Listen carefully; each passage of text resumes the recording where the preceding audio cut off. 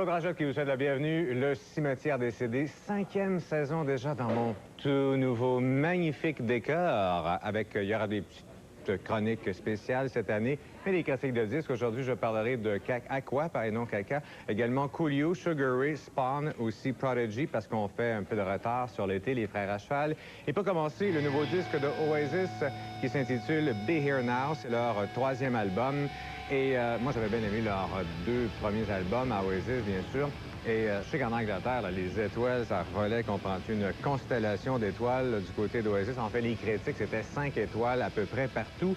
Et je sais qu'au Québec, ici, moi, j'ai été surpris de voir que c'est entré juste au numéro 4 la première semaine. Et aux États-Unis aussi, je pensais qu'elle allait entrer comme au numéro 1 la première semaine. Tout le monde parlait, il y avait énormément de presse sur Oasis.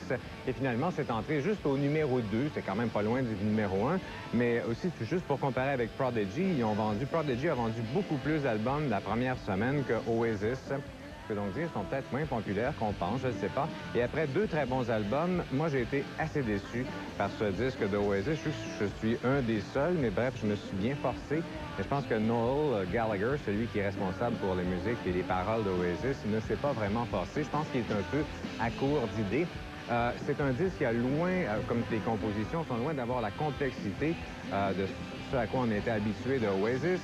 Au niveau composition, c'est vraiment très inspiré, copié sur les années 70. Puis aussi, il s'est même pas forcé, je veux dire, il invente, il n'y a rien de neuf musicalement sur le nouvel album d'Oasis. Puis aussi, c'est pas très élaboré. D'habitude, les structures de chansons de Noel Gallagher, c'est assez élaboré. C'est pas le cas, c'est vraiment étiré à 6-7 minutes.